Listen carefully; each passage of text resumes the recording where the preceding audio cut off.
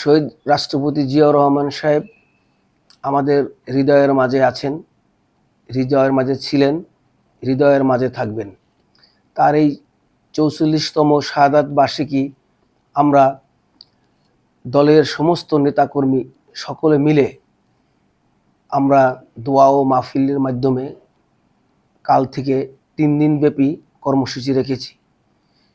আপনারা জানেন, বিগত স্বৈরা শাসকের আমলে এই দিনটা আমরা অনেক কষ্টে করে পালন করেছি যে যেভাবে পেরেছি। বাট এবারের প্রেক্ষাপটটা সম্পূর্ণ ভিন্ন।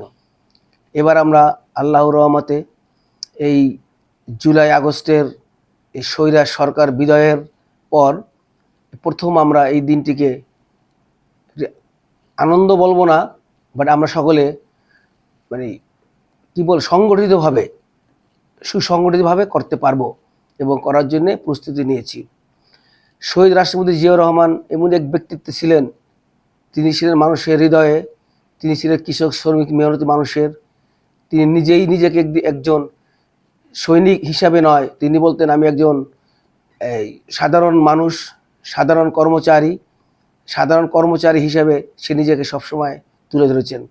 এই বাংলার মাটিতে এই পর্যন্ত যতগুলো রাষ্ট্রপ্রধান এসেছেন, একমাত্র শহীদ জিয়াউর রহমানই ছিলেন নিষ্পাপ এবং তার নামে কোনো দুর্নীতির কোনো কলঙ্ক তার সাথে জড়িয়ে ছিল না এবং আজ অবধি সেই কথা বলতে সাহস পায়নি।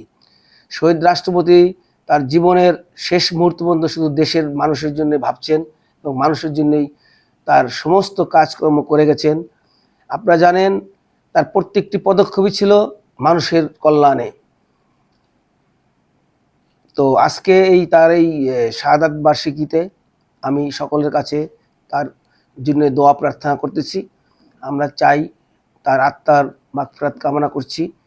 আল্লাহ তাআলা রাব্বুল আলামিন যেন তাকে বেহেশতে নসিব করেন, এই দোয়াই আমাদের আজকে সকলের কাম্য।